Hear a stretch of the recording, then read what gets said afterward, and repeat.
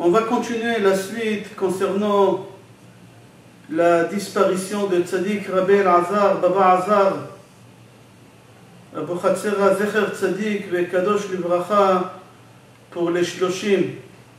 La Gemara Moed Katan, page Chaf Hei, elle dit Kinach Nafshe de Rabbi Yochanan. Quand Rabbi Yochanan il a quitté ce monde-là, quand Rabbi Yochanan il est mort,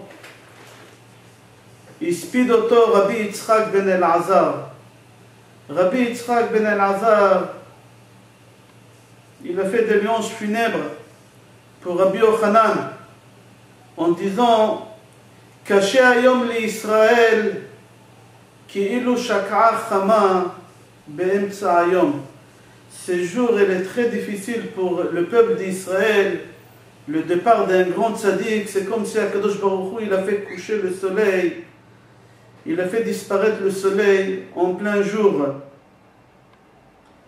La Gemara pose la question, pourquoi il a utilisé ces mots-là, Rabbi Yitzchak ben El-Azar, que ce jour est difficile comme si le soleil il s'est couché en plein jour. La Gemara dit que Rabbi Yochanan, il est mort très âgé, il est mort vieux, très vieux.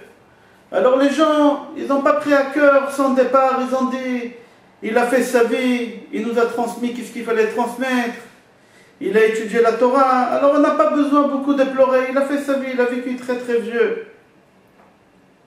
La Gemara, elle vient nous apprendre ici, quand un tzaddik qui quitte ce monde-là, même s'il a vécu aussi longtemps, comme Rabbi Yochanan, c'est comme si le soleil s'est couché en plein jour. On doit avoir le noir dans les yeux au départ. Pourquoi il est parti? Pourquoi il nous a quittés? Pourquoi il a quitté ce monde-là? La Gemara répond Ba'avon Ador, à cause des péchés de la génération. Le prophète dit Ki mipene ra'a ne'esaf at-tzadik, Ki mipene ra'a ne'esaf at-tzadik ba'avon ador. On a expliqué ce pasouk-là dans plusieurs manières. La plupart des rabbinim, ils ont dit Ki mipene ra'a. Ra, c'est un malheur. Il y a un malheur qui devait s'abattre sur cette génération. Ne'esaf at-tzadik. Et pour annuler ce mauvais décret qui est tombé sur cette génération, Akadosh Baruch Hu, il a pris kapara le tzaddik du monde. Le sang qui a coulé du cœur de Baba Azar, Rabbi El-Azar, c'est comme le Nisuch Adam.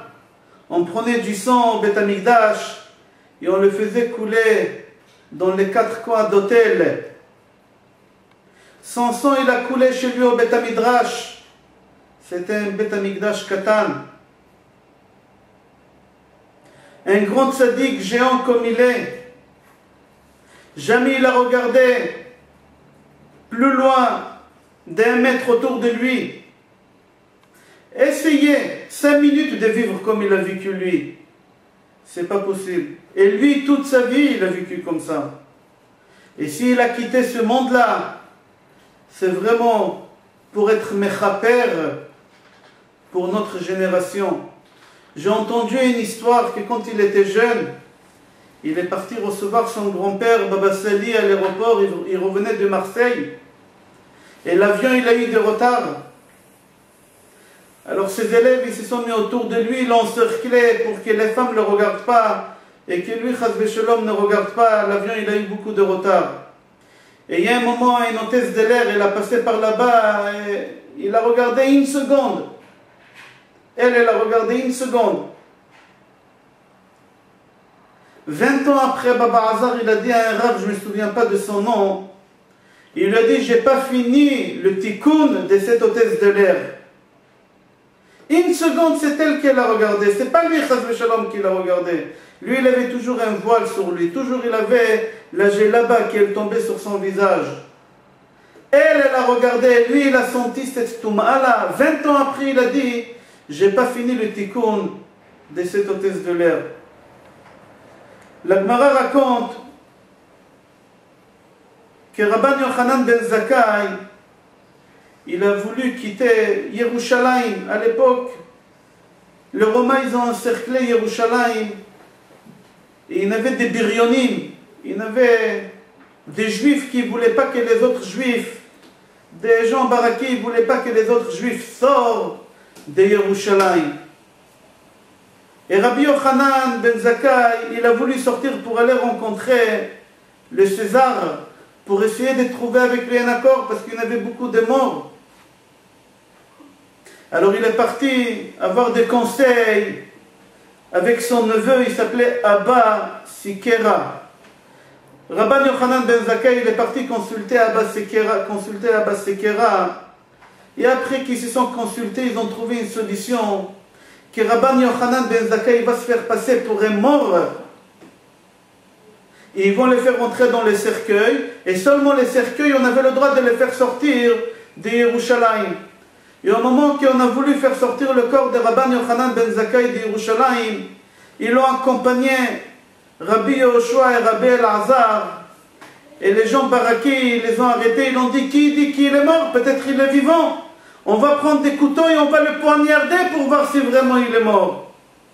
Rabbi Yehoshua et Rabbi Elazar, ils leur ont dit à eux, qu'est-ce qu'ils vont dire les Romains s'ils vont entendre une chose pareille? Rabba Marigou, ils ont tué leur rave, leur maître, ils ont tué.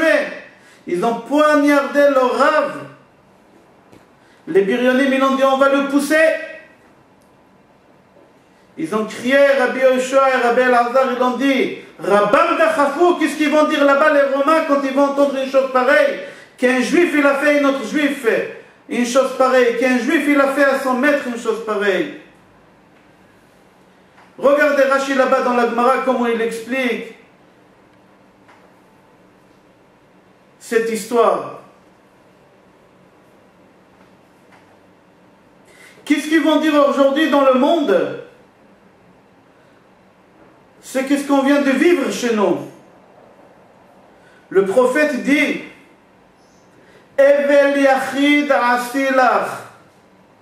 Quand un tzaddik meurt, chaque juif, il doit faire un deuil individuel.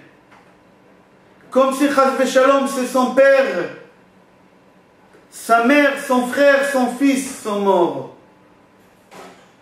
On raconte une histoire sur Chafetz Chaim, que dans sa yeshiva, il avait un élève qui avait une maladie terrible.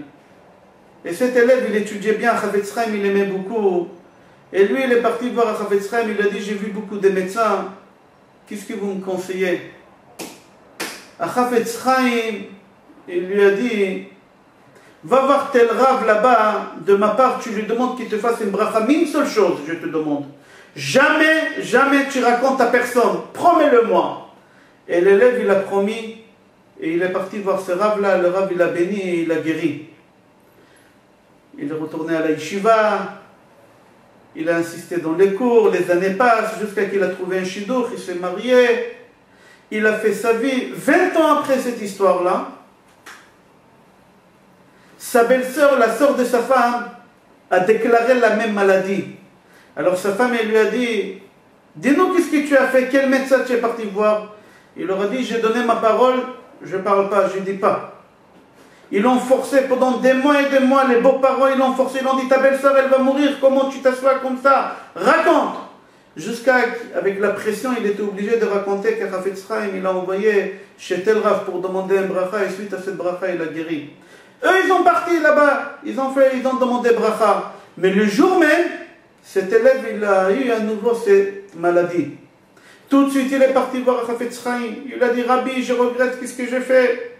J'ai eu trop la pression de la famille. Mais quand même, pendant 20 ans, j'ai gardé ce secret-là. C'était pas facile, 20 ans, quand même. Chafetz Chaim, il lui a dit, mon fils, je peux rien pour toi. Je suis trop vieux. Je suis trop fragile.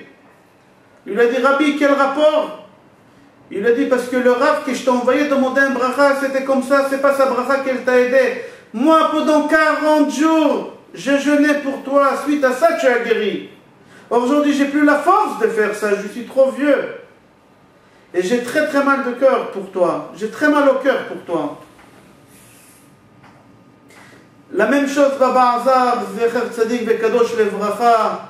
Tout ce qu'il a fait pour les âmes Israël, combien il a souffert, combien il a jeûné, pour que l'on puisse vivre bien, en paix. J'ai appris il n'y a pas longtemps que personne savait qu'il avait une maladie de cœur. De quoi ça venait? C'est avec toutes les souffrances, tous les jeûnes, toute sa vie il a jeûné. Jamais il a mangé de la viande que des poissons. Et tout ça pourquoi? Pour les âmes Israël, tout ça.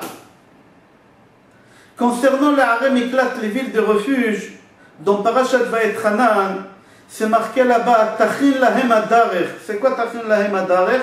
Il faut mettre des pancartes, des affiches. C'est où Harem Miklat, c'est où les villes de refuge. Mais concernant la Aliyah, la règle, quand on partait au Beth Amikdash 3 fois par an, c'était pas marqué là-bas des pancartes Beth Amikdash pour guider les gens.